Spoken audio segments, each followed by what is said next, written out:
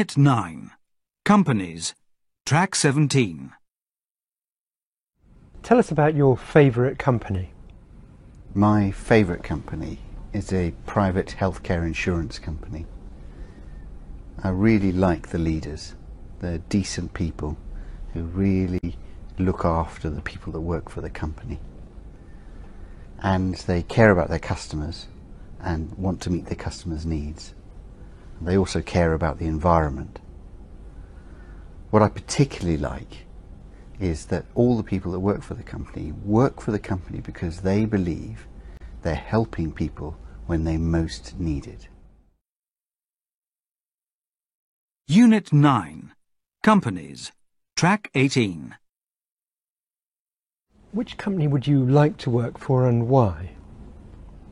I don't know the name of the company I want to work for, but the company I want to work for has a big purpose. It wants to change things for people in the world for the better.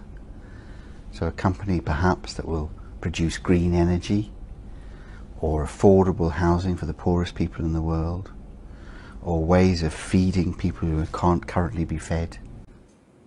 What do the best companies have in common? I think the one thing they have in common is strong leadership. These are leaders who really want to look after the people that work for the company. They want those people to work at their best. They care about their customers and they understand the customers' needs, and they focus the company's resources on meeting those needs. They also look after the environment and the sustainability of the world around them, and they're ethical and legal. Unit 9. Companies. Track 19. Which company will do well in the future? I don't know which company is going to do well in the future, but Rolls-Royce is famous for the quality of its leadership. Apple is famous for its innovation and creativity, and Google invests a lot of time in inventing new products for its customers. Fairtrade is renowned for looking after people in the world, and the UK company Body Shop is renowned for being environmentally friendly. And I think the company that does well in the future will bring those elements together. Unit 9. Companies. Track 20. Good afternoon, everyone. My name's Robert Ford. I'd like to talk about our new marketing strategy. There are 3 parts to my presentation. Firstly, the background to the strategy. Secondly, how we want to change our current operations. Finally, the details of the costs and the effect of the change on staff. By the end of my presentation, you will understand clearly our future plans. If you don't mind, let's leave questions to the end. Unit 9. Companies. Track 21.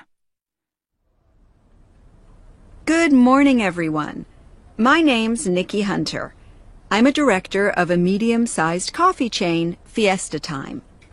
I'm going to talk about our company and its plans for the future. My presentation is in 3 sections.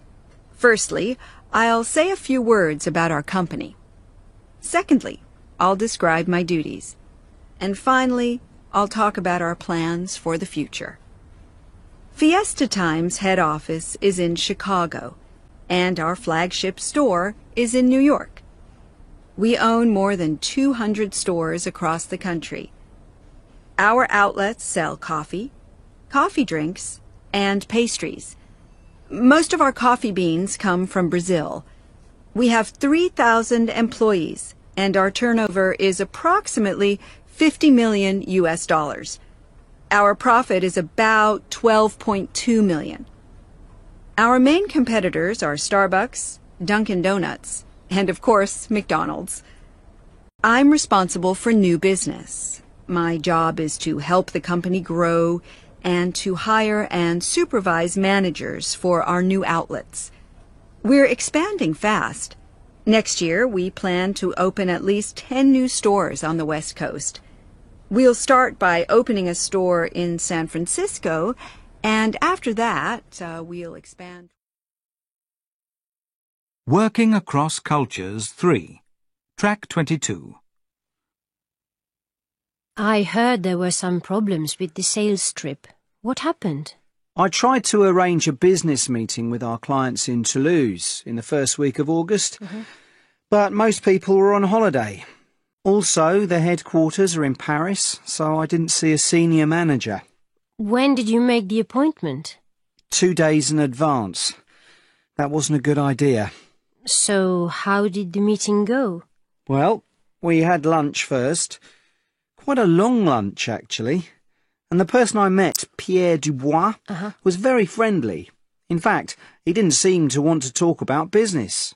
You know me, I like to get down to business straight away, so as not to waste time. Anyway, at the end of the meeting, he asked me a bit about myself.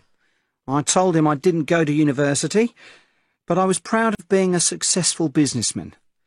After that, he was very quiet. Working Across Cultures 3. Track 23. Speaker 1. My business trip to St. Petersburg was a complete disaster. I only arranged 2 meetings in advance, and one of those was cancelled at short notice. Unfortunately, I went in the first week of May, when there were some public holidays.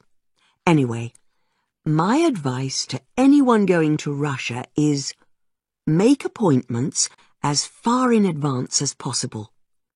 Confirm your meetings as soon as you arrive in Russia.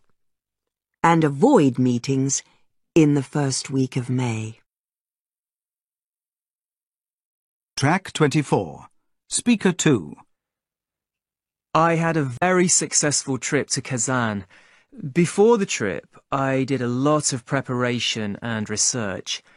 I planned a lot of time for socializing and getting to know people before any business was discussed. I printed out all my documentation in both English and Russian. I gave a detailed presentation on our products and was able to answer all the technical questions they asked me. Track 25. Speaker 3. I think my business trip to Moscow was okay. I spent a lot of time trying to build up relationships, because in Russia, relationships are very important. However, I wasted a lot of time trying to get decisions from junior managers. Next time, I'll go straight to senior managers. One other thing is that Russians sometimes like to think in silence before they answer a question. Next time, I'll allow them enough time to answer. Working Across Cultures 3. Track 26.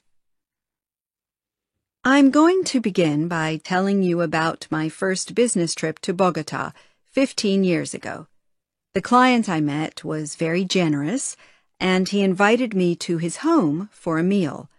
I didn't want to be rude, so I arrived on time. I brought some gifts for his wife and daughter and wrapped them carefully. They didn't open their presents, so I asked them to. I also asked if they liked the presents. They said they did. When dinner was served, I toasted my new friend and his family. The conversation was about culture, soccer, history, and literature, and seemed to go well. At the end of the evening, he offered me some coffee. Unfortunately, I don't like coffee, so I said no.